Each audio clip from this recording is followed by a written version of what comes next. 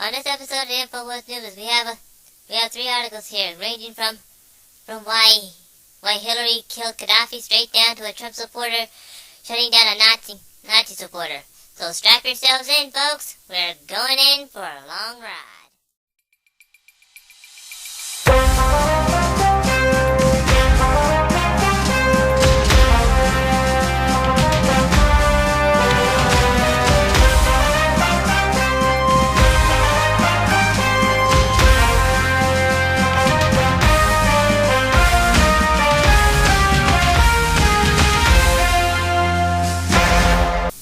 For the week of October the 10th, 2016, it's the first article here, and it's an article written by Paul Joseph Watson. The title is called Exclusive: Hillary killed Libya peace deal over personal vendetta, claims whistleblower. Gaddafi agreed to free elections, but Clinton refusal led to ISIS takeover. Thousands of deaths. International immigrant crisis. Well, this ought to be good.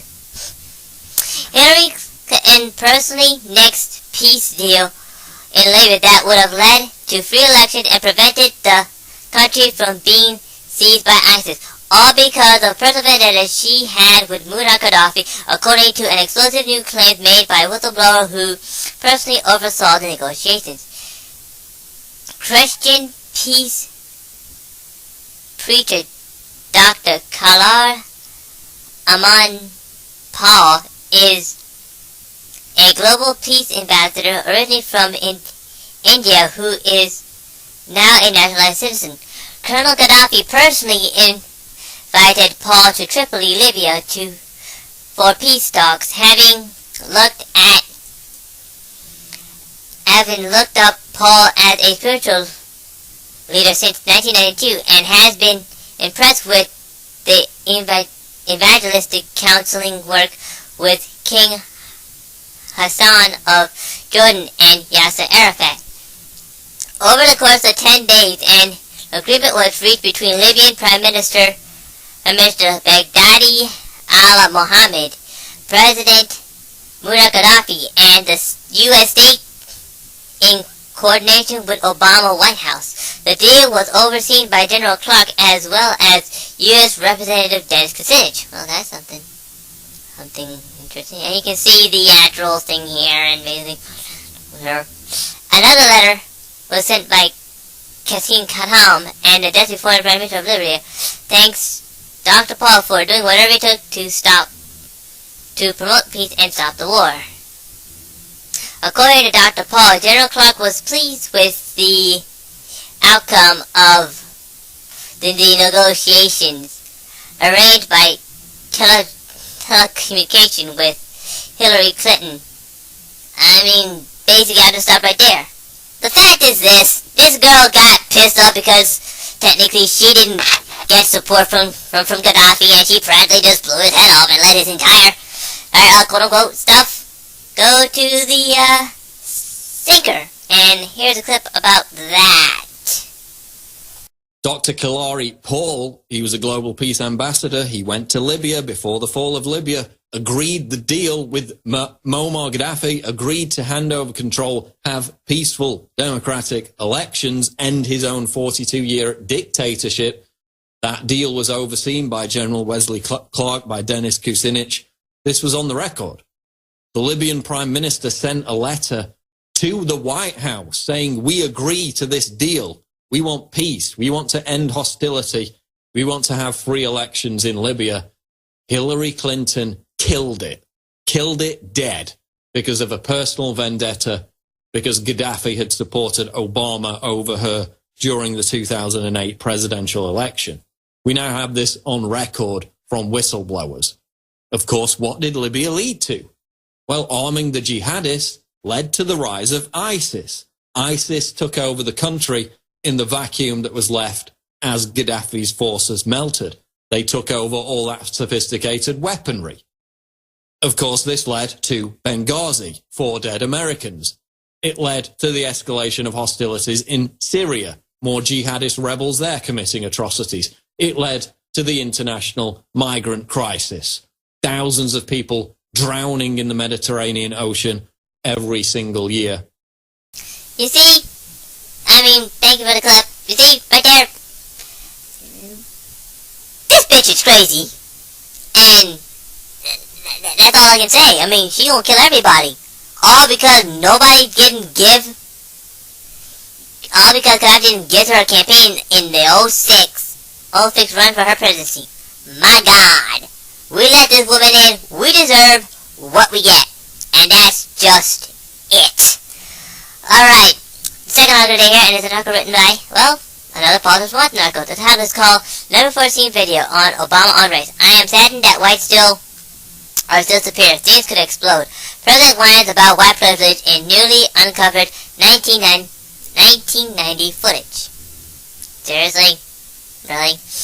Never foreseen video exclusively from Infowars showing President Barack Obama complaining about white privilege during a 1990 trip to Kenya. And folks, here's the video here. You can see him smoking. Yeah, he was cool back then. Not. Obama says on film, I am deeply saddened by the sense that whites are still superior in this country. In some sense, that if you sit at a restaurant, they're served before a Kenyan is served. If you go through customs, a white person is going to have an easier time going through customs.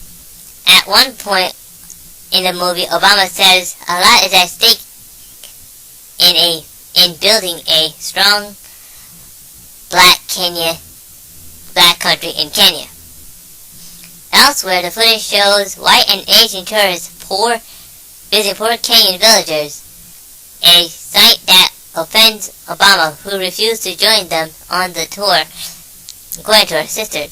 These strangers move about our country as a matter of course with deliberating conference. She states in the video, complaining that her people are being exhibitioned for the entertainment of tourists. Really?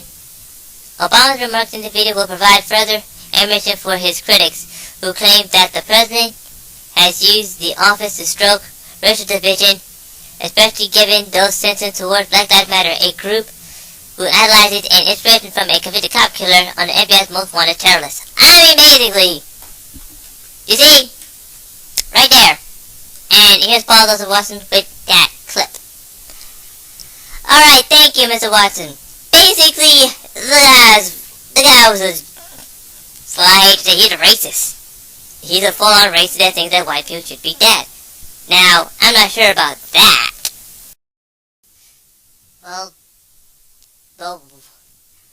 But I don't know what else to say, but basically that's exactly what the critics are going to look at this video. And I think the show is also going to show that basically he doesn't give a rip about our rights. But enough about that. This is the last article of the day here, and it's an article written by Breitbart. The title is called Reports. Donald Trump supporter shouts down ejects ban spouting Nazi slogans. It was written by Warner Todd Houston from Breitbart.com, which was picked up by Infowars.com. And here is the quote-unquote